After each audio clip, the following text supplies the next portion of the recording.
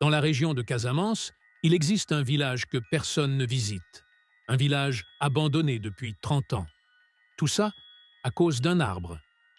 Un baobab qui appelle les noms des vivants. Des randonneurs s'approchent du village par curiosité. Ils voient le baobab immense, magnifique. Mais quelque chose cloche. Aucun oiseau ne chante.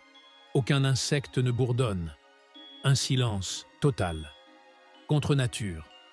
En s'approchant, il remarque des dizaines de petites gourdes suspendues aux branches. Des talismans. Certains très anciens, d'autres plus récents. Chaque gourde est fermée par de la cire rouge. Et sur chaque gourde, un nom gravé. Les randonneurs lisent les noms. Abdoulaye, Mariama, Ousmane. Des dizaines de noms. Soudain, le vent se lève. Les gourdes s'entrechoquent.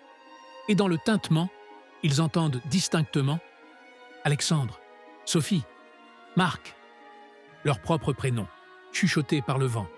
Terrifiés, ils reculent. Mais le baobab continue.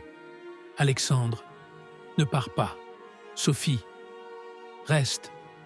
Marc, reviens.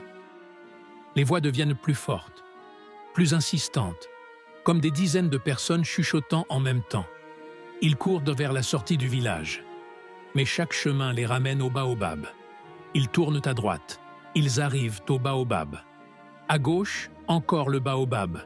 Tout droit, toujours le baobab. Le village est devenu un labyrinthe. Et l'arbre est au centre. Inévitable. Incontournable. La nuit tombe. Vite. Trop vite. En quelques minutes, le soleil disparaît. Les randonneurs sont toujours dans le village, coincés. Et dans l'obscurité, le baobab commence à briller. Une lueur verdâtre émane du tronc. Les gourdes brillent en rouge. Puis, les racines commencent à bouger, lentement, comme des serpents géants. Elles sortent de terre, s'allongent, rampent vers les randonneurs. Les gourdes s'ouvrent une à une. La cire rouge fond. Et de chaque gourde s'échappe une fumée noire. La fumée noire se rassemble.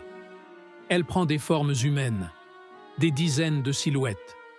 Les anciens habitants du village, ceux dont les noms sont sur les gourdes, tous morts il y a 30 ans, tous appelés par l'arbre, tous prisonniers. Les silhouettes de fumée entourent les randonneurs.